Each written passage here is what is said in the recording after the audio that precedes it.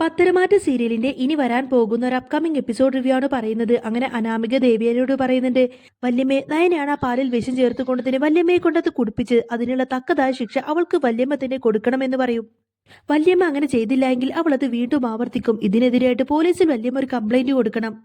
പിന്നെ പോലീസുകാർ വന്നിട്ട് അവൾ അറസ്റ്റ് ചെയ്ത് കൊണ്ടുപോയിക്കോളും എന്നൊക്കെ ഇങ്ങനെ അനാമിക ദേവിയുടെ അടുത്ത് പറയുന്നുണ്ട്. അപ്പൊ രേവതിയും പറയുന്നുണ്ട്, അതേ ദേവിജി, എത്രയും പെട്ടെന്ന് തന്നെ നയനെ പോലീസിന് പിടിച്ചു കൊടുത്തേ പറ്റൂ. ഇതും കേട്ടുകൊണ്ട് തന്നെ രേവതി പറയുന്നത്, അതേ ദേവിജി, അവള് കുറച്ചുനാള് അകത്ത് കിടക്കട്ടെന്നേ, അല്ലെങ്കിൽ എന്ത് ധൈര്യത്തില എന്റെ മോളും ഞാനൊക്കെ ഇവിടെ നിൽക്കുന്നത്. ഞങ്ങൾ ഇവിടെ നിൽക്കുന്ന സമയത്ത് അവൾ ഇനി എന്റെ മോൾക്ക് എന്തൊക്കെയാ കലക്കി കൊടുക്കാന്ന് പറയാൻ പറ്റില്ല. സ്വന്തം അമ്മായിയമ്മയെ പോലും വിഷം ചേർന്ന് കൊല്ലാൻ നോക്കിയവളല്ലേ എന്നൊക്കെ പറയട്ടെ രേവതി. ഇവരുടെ വാക്ക് കേട്ടുകൊണ്ട് തന്നെ ദേവേനി പറഞ്ഞത്, അതെ, നയനെ തന്നെയാണ് ഇത് ചെയ്തത് എന്ന് എനിക്ക് ഉറപ്പായി കഴിഞ്ഞു രേവതി. അതുകൊണ്ട് എത്രയും പെട്ടെന്ന് തന്നെ ഈ ഒരു കാര്യം പോലീസിനെ അറിയിച്ചേ പറ്റൂ.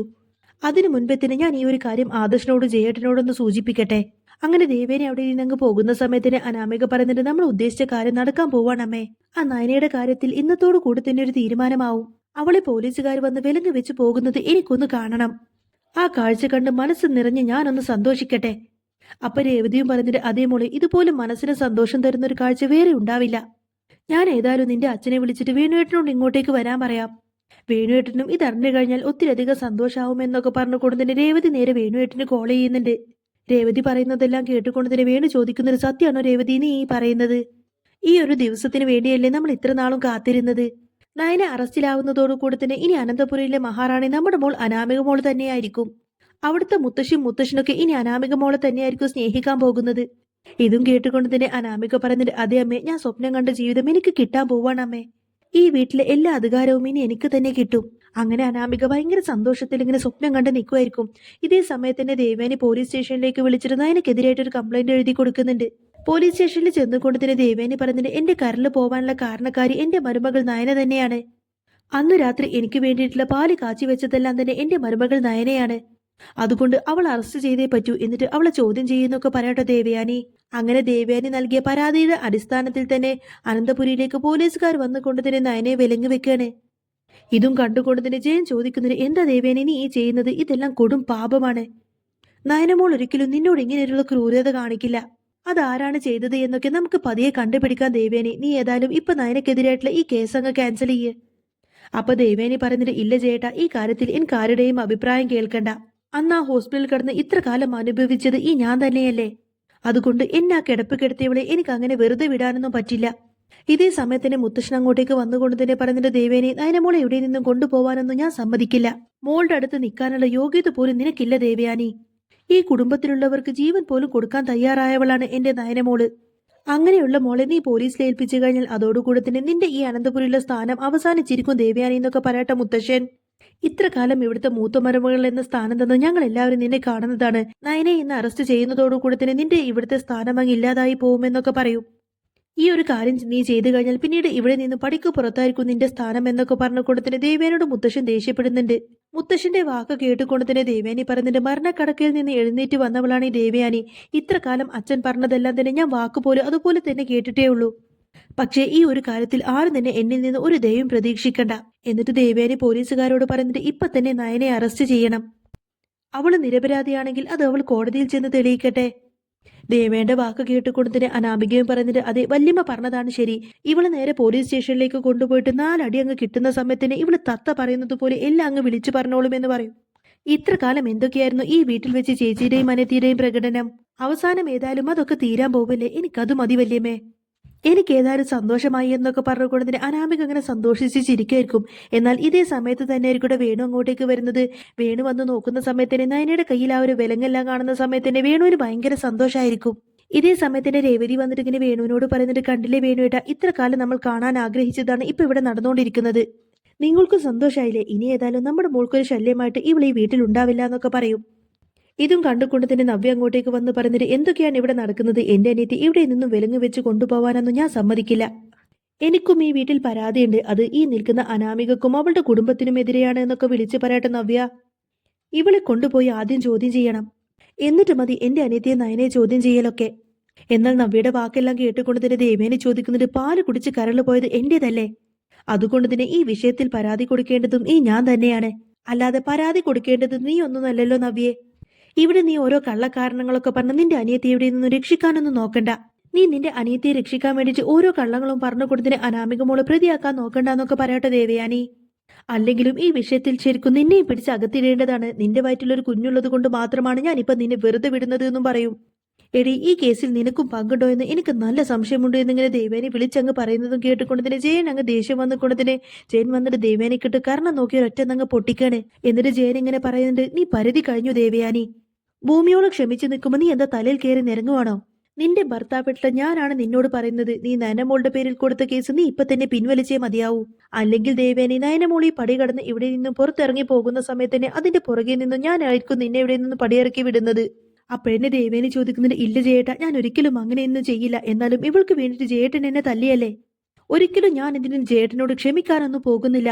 നിങ്ങൾ എന്നെ തല്ലിയെന്ന് വിചാരിച്ച് ഞാൻ ഒരിക്കലും ഈ പരാതി പിൻവലിക്കാനും പോകുന്നില്ല. എന്നിട്ട് പോലീസുകാരോട് പറയുന്നുണ്ട്, എനിക്ക് പരാതിയുണ്ട്, അതിന്റെ പേരിൽ നയനെ ഇപ്പൊ തന്നെ നിങ്ങൾ അറസ്റ്റ് ചെയ്യണമെന്നൊക്കെ പറയുന്നത് കേട്ടുകൊണ്ട് തന്നെ പോലീസുകാരൻ നയനെ വിലങ്ങ് വെച്ച് അവിടെ നിന്നും അനന്തപുരിയിൽ നിന്ന് കൊണ്ടുപോവാൻ നോക്കുകയാണേ. എന്നാൽ ഇതേ സമയത്ത് തന്നെ ആയിരിക്കട്ടെ ഓഫീസ് കഴിഞ്ഞുകൊണ്ട് തന്നെ ആദർശ് അങ്ങോട്ടേക്ക് കയറി വരുന്നത്. നയനയുടെ കയ്യിലുള്ള വിലങ്ങെല്ലാം കണ്ടുകൊണ്ട് തന്നെ ആദർശ് പറഞ്ഞിട്ട്, എന്റെ ഭാര്യ ഇവിടെ നിന്ന് കൊണ്ടുപോകാൻ വരട്ടെ. എന്തടിസ്ഥാനത്തിലാണ് നിങ്ങൾ ഇവളെ ഇവിടെ നിന്നും അറസ്റ്റ് ചെയ്ത് കൊണ്ടുപോകുന്നത്?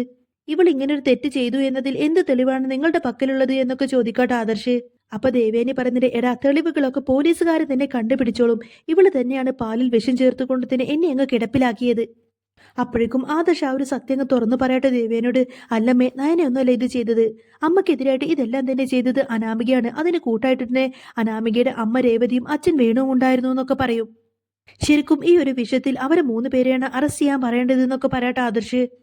സത്യം അറിയാതെ എന്റെ പാവ നയനെ ഇവിടെ നിന്ന് അറസ്റ്റ് ചെയ്ത് കൊണ്ടുപോകാനൊന്നും പാടില്ല. അതുകൊണ്ട് അവളെ വെറുതെ വിടാൻ പറയുന്നൊക്കെ പറയും. അപ്പോഴേക്കും അനാമിക പറയുന്നുണ്ട്, അയ്യോ എന്റെ വല്യമ്മേ, ഞാൻ മനസ്സിൽ പോലും വിചാരിക്കാത്ത കാര്യങ്ങളാണ് ആദർശേട്ടൻ വന്ന് പറയുന്നത്. എന്റെ വല്യമ്മയെ സ്വന്തം അമ്മയേക്കാൾ സ്നേഹിക്കുന്നവളാണ് ഞാൻ. അങ്ങനെയുള്ള ഞാൻ വല്യമ്മയ്ക്കെതിരായിട്ട് ഇങ്ങനൊരു തെറ്റ് ചെയ്യുമെന്ന് വല്യമ്മക്ക് തോന്നുന്നുണ്ടോ? എനിക്കതൊരിക്കലും സഹിക്കാൻ പറ്റില്ല വല്യമ്മ എന്നൊക്കെ പറഞ്ഞ് സങ്കടപ്പെട്ട് ഇങ്ങനെ കരയുന്നത് പോലെയൊക്കെ അങ്ങനെ അഭിനയിക്കായിരിക്കട്ടോ അനാമിക.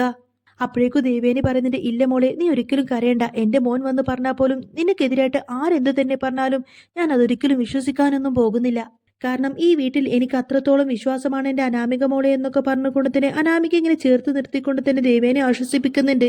ഇത് കണ്ടോണ്ട് നിൽക്കുന്ന ആദർശിനെ സഹിക്കുന്നില്ല. ആദർശ് പറയുന്നുണ്ട്, ഞാൻ പറയുമ്പോഴല്ലേ അമ്മക്ക് വിശ്വാസമില്ലാത്തത്? എന്നാൽ ഈ തെളിവുകളെല്ലാം കണ്ടുകൊണ്ട് തന്നെ അമ്മ പറ, അനാമികയാണോ നയനെയാണോ തെറ്റ് ചെയ്തതെന്ന്? എന്റെ ഫ്രണ്ട് സൈബർ സെല്ലിലാണ് വർക്ക് ചെയ്യുന്നത്. അതുകൊണ്ട് തന്നെ ഞാൻ കുറച്ച് ഡീറ്റെയിൽസ് ഒക്കെ കളക്ട് ചെയ്തിട്ടുണ്ട്. ഇത് അനാമികയുടെ ഫോണിലെ വോയിസ് റെക്കോർഡിംഗ്സ് ആണ്. അമ്മയെ അന്ന് ഹോസ്പിറ്റലിലേക്ക് കൊണ്ടുപോയില്ലേ, അന്ന് രാത്രി അനാമികയും അനാമികയുടെ അച്ഛനും തമ്മിൽ സംസാരിച്ചിട്ടുണ്ടായിരുന്നു. ഇതെല്ലാവരും ഒന്ന് കേട്ടു നോക്കുക എന്നൊക്കെ പറഞ്ഞുകൊണ്ട് തന്നെ പബ്ലിക്കായിട്ട് ആ ഒരു വോയിസ് റെക്കോർഡ് ആദർശ് അങ്ങ് പ്ലേ ചെയ്യുന്നുണ്ട്. അത് വേണുവിന്റെ വോയിസ് ക്ലിപ്പ് ആയിരിക്കട്ടെ ആദർശ് പ്ലേ ചെയ്തേക്കുന്നത്. എന്താ രേവതി, ഞാൻ തന്ന പൊടി ആ നവ്യക്ക് പാലിൽ കലർത്തി കൊടുത്തോ? അപ്പൊ രേവതി പറയുന്നത്, അനാമിക മോള് പൊടി കലർത്തിയ ആ പാല് കുടിച്ചത് നവ്യായിരുന്നില്ല, അത് കുടിച്ചത് ഇവിടുത്തെ ദേവേച്ചിയായിരുന്നു. വേണുവേട്ട, നമ്മൾ മെനക്കെട്ടതൊക്കെ വെറുതെയായി. അങ്ങനെ ആ ഒരു വോയിസ് ക്ലിപ്പ് എല്ലാവരെയും കേൾപ്പിക്കുന്നതോടുകൂടി തന്നെ എല്ലാവർക്കും ആ ഒരു സത്യമെല്ലാം മനസ്സിലാവും. എന്നാൽ സത്യം മനസ്സിലാക്കിയ ദേവേനിക്ക് ഒട്ടും തന്നെ സഹിക്കാൻ കഴിയാതെ ദേവേനെ അവിടെ നിന്നങ്ങ് ചാടി എഴുന്നേറ്റ് കൊണ്ട് തന്നെ അനാമികയുടെ ചെകിടം പിടിച്ചൊരൊറ്റ നങ്ങ് പൊട്ടിക്കണേ. എന്നിട്ട് ചോദിക്കുന്നുണ്ട്, ഇതിനാണോടി രാക്ഷസി നീ ഈ വീട്ടിലേക്ക് കയറി കൂടിയത്? എന്നെ കൊല്ലാൻ നോക്കിയത് നീയും നിന്റെ അച്ഛനും അമ്മയൊക്കെ ചേർന്നിട്ടായിരുന്നു അല്ലേ? എന്നിട്ട് എന്റെ മുന്നിൽ ഇങ്ങനെ അഭിനയിക്കാൻ നോക്കുന്നോ? നീയും നിന്റെ വീട്ടുകാരും കാരണം ശരീരം തളർന്നു കിടന്നതെല്ലാം ഈ ഞാനാണ്. അപ്പോഴേക്കും രേവതി പറയുന്നത്, അത് പിന്നെ ദേവേച്ചി, അത് പറ്റിപ്പോയതാണ്. ഇതെല്ലാം തന്നെ ഞങ്ങൾ ചെയ്തത് നവ്യക്ക് വേണ്ടിയിട്ടാണ്, അല്ലാതെ ഒരിക്കലും ദേവേച്ചിക്ക് വേണ്ടിയിട്ടില്ല എന്നൊക്കെ പറയട്ടെ രേവതി. ഇത് കേട്ടുകൊണ്ട് തന്നെ ദേവേനി പറഞ്ഞിട്ട്, മതി നിർത്ത് നിന്റെ മോളുടെയൊക്കെ നാടകം. ആദർശ് ഇപ്പൊ തെളിവുകളുമായിട്ട് ഇങ്ങോട്ടേക്ക് വന്നില്ലായിരുന്നെങ്കിൽ ഈ ഒരു കാരണത്തിൽ ഞാൻ എന്റെ മരുമകളെ അറസ്റ്റ് ചെയ്യിപ്പിച്ചേനെ. എടി, നിന്നെയും നിന്റെ അമ്മയെ സപ്പോർട്ട് ചെയ്തുകൊണ്ട് തന്നെ ഈ വീട്ടുകാരുടെ എല്ലാവരുടെയും വെറുപ്പ് സമ്പാദിച്ചവളാണ് ഈ ദേവയാനി. എന്റെ ഇതുവരെയുള്ള മൊത്ത സമ്പാദ്യവും അനാമികയുടെ മേലിൽ എഴുതി തരാനിരുന്നവളായി ഞാൻ. അതിനു വേണ്ടി തന്നെയല്ലേ നീ എപ്പോഴും എന്റെ പുറകെ നടന്ന് എന്നെ നോക്കുന്നതായിട്ടൊക്കെ അഭിനയിച്ചത്? എനിക്കിപ്പോ സത്യങ്ങളെല്ലാം മനസ്സിലായടി. എന്നിട്ട് പോലീസുകാരോട് പറയുന്നത്, ഈ നിൽക്കുന്ന രണ്ടെണ്ണത്തിനെയും ഇപ്പൊ തന്നെ അറസ്റ്റ് ചെയ്യണം. എന്റെ മരുമകൾ ഈ വിഷയത്തിൽ നിരപരാധിയാണ്. എനിക്കേതായാലും അവളുടെ പേരിൽ യാതൊരു പരാതിയുമില്ല എന്ന് പറയട്ടെ ദേവയാനി. പകരം ഈ അനാമികയും അവളുടെ അച്ഛനെയും അമ്മയും ഇവരെ 3 പേരെയും അറസ്റ്റ് ചെയ്തേ പറ്റൂ എന്നും പറയും. അപ്പൊ മുത്തശ്ശൻ പറയുന്നത്, കൊലപാതക ശ്രമമാണ് ഈ അനാമികയും അവളുടെ വീട്ടുകാരും ചെയ്തേക്കുന്നത്.